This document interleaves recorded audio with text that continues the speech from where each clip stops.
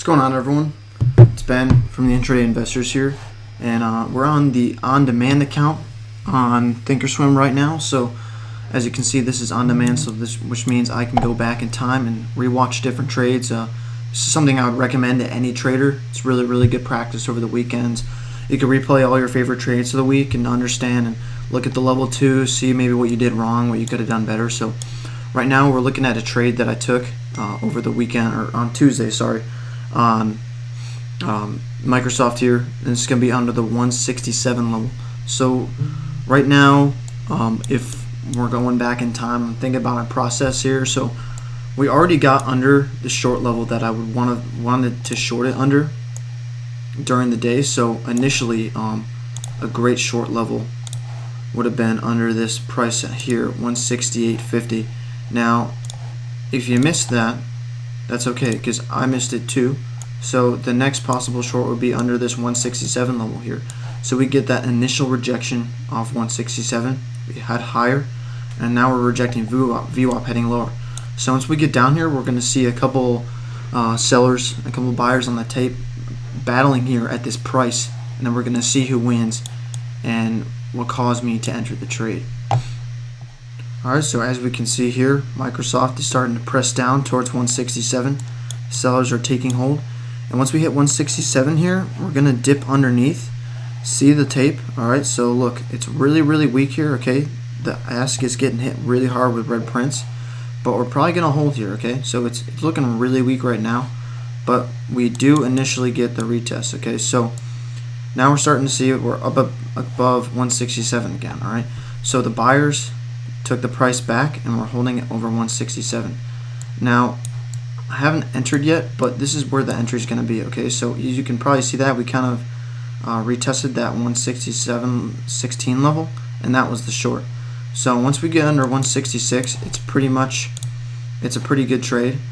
So that's going to be our entry, and then we're going to risk above this high here, 167.20.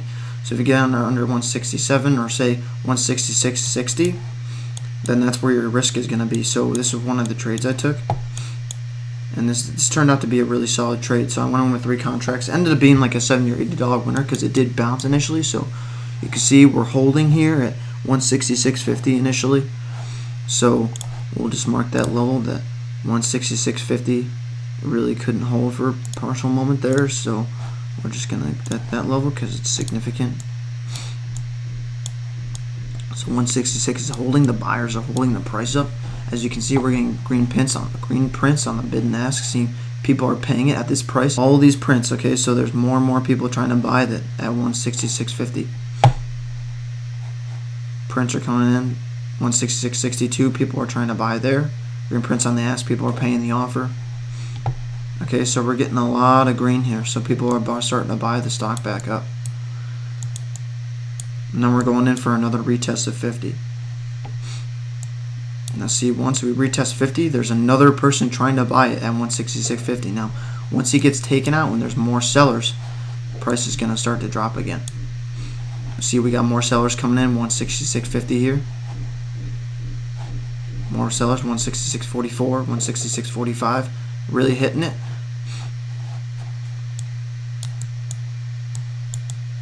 And that's going to cause the stock to head lower. So we did see some more orders come in. See, look at all the selling pressure here. It's under when it dropped under 166.50. You can start to see all that selling pressure come in, and that's so.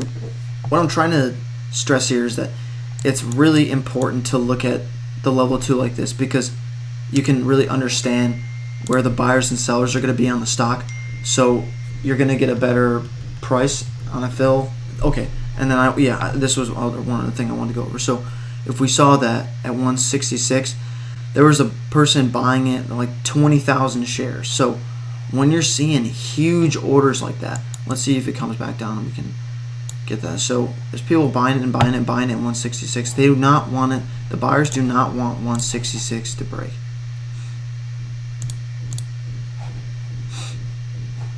Let's see if we get that retest again.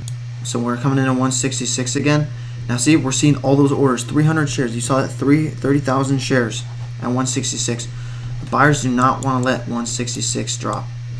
So Another thing, like when I'm in this trade, if I'm seeing a ton of people buying at a specific level like that, like a key level, like a whole number, like 166, I'm going to scale out, or I'm going to take some profits like that, just because that could easily turn around and it could bounce against me. So I'll want to be able to lock in some profits and then move my stop so I can create a risk-free trade. So we did see those buyers get taken out for now. Stock's starting to go back down again. So that ended up being a really great trade. So we got that good entry under 167, and then we saw the key buyers at 166, which created for a nice take profit scenario just to lock in some gains. Now we're underneath, so those buyers got taken out by the sellers, and we're underneath 166 now, heading lower. So on this specific trade, I'm pretty sure I took profits here at 166, and then it ended up bouncing on me back to 167. Now I do want to go over another trade here. We're just gonna go pull up Tesla, but we're gonna go back in time to 9:58 a.m. for the 560 break at 9:58 a.m. Okay, so let's just move my price point down here to 560.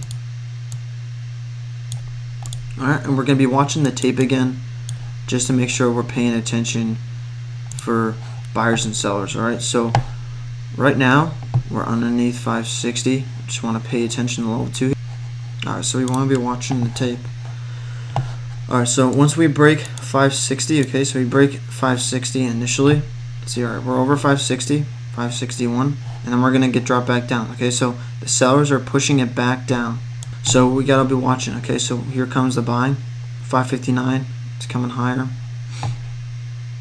We want to see the ask lifting. Okay, so see these guys buying the ask at 560 even. That's what's going to hit this price up. Okay, so you could see those, so they're buying the ask. It's a green print, so they're buying the ask. Okay, so it's a buy order. All right, so they're blasting that thing over 560, which was able to make this thing move to 563, 564, 565. You can see in a minute. So even though like they're paying the ask, so you can see that they're on the selling side, but they're green prints and they're paying the ask. Okay, so everyone is just buying this thing up right now. So you can see more explosion on the ask side. So there's a bunch of people trying to buy that thing at 565. So you saw the explosion there. So we went over my Microsoft trade where I got a short under 167 after a wall of sellers came in and flushed the price down, and then 166 bounced and created for a pretty good take profit area at 30,000 shares at 166 even.